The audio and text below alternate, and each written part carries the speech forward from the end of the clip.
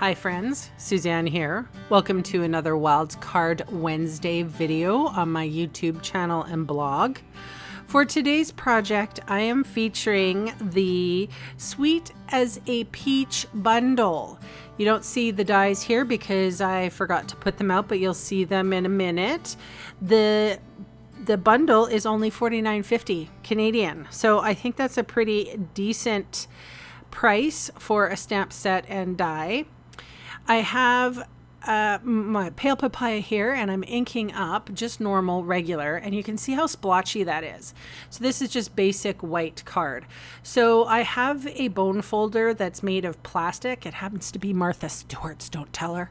And I use that specifically for pushing the ink down of my ink pad so that when I ink up my stamp and then stamp it down, it's not blotchy. It's nice and, you know, realistic, and that's the way we want it. And I find that when you have those kind of stamps that are, you know, Stampin' Up's trademark of distinctive stamps, they require less ink than a normal stamp. So if you just remember to rub your ink pad down with a old bone folder or a plastic spoon or something, that works too.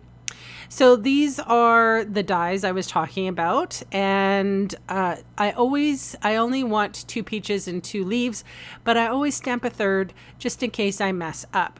Now I'm using these Post-it divider things. I can't remember what they're called exactly, but man, are they good. I've reused a lot of them. They don't rip and tear like washi tape. All right, so now we are going to create a book binding fun fold. So you are going to need a 4.5 by 11 piece of card. You need to score it at 5.5 and again at 6 3/4. Once you fold that little book, it's like an inch or so. So you will see how it opens up like a book binding.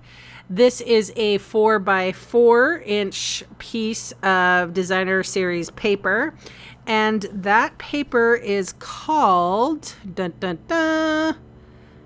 You're a Peach. And I'm just using the back side. So this is a nice way of utilizing your designer series paper. If you recall, Monday's video was all about that. So this is another way that you can utilize it. I'm kind of on the DSP kick right now because there's going to be a sale coming up. And I want you to be able to look back at my videos and use them for inspiration for using your designer series paper that you're going to get picked up at a discounted price.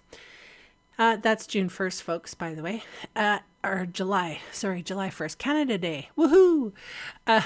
So I've inked up this little square. I think this is 2 by 2, and this is with Calypso Coral. So I wanted it to be just a little darker.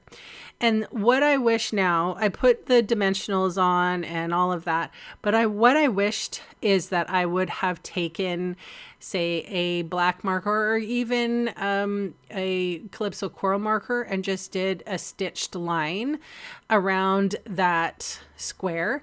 I wanted to keep things kind of simple because I don't like to overcomplicate a lot of things, especially on my videos.